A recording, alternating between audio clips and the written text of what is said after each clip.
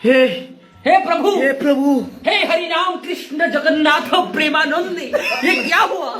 गलाव में पानी आ गया, गामछा भी खुल गया मेरा लेंटी। ये देखिए। ও গাইস, ওয়েলকাম টু টেকনিক্যাল আপনার ইউটিউব চ্যানেল। আজকে আমি আপনাদের দেখাবো যে স্ক্রিনে থাকা মোবাইলের মতন আপনারাও কিভাবে যে কোনো মোবাইলকে নোকিয়া মোবাইলে কনভার্ট করতে পারবেন। তাহলে দেরি না করে শুরু করা যাক আজকে। সর্বপ্রথম আপনি মোবাইলে প্লে স্টোরে গিয়ে সার্চ দিতে হবে নোকিয়া 1280 লঞ্চার, এই লোগোটা দেখে ডাউনলোড দিয়ে ফেলবেন।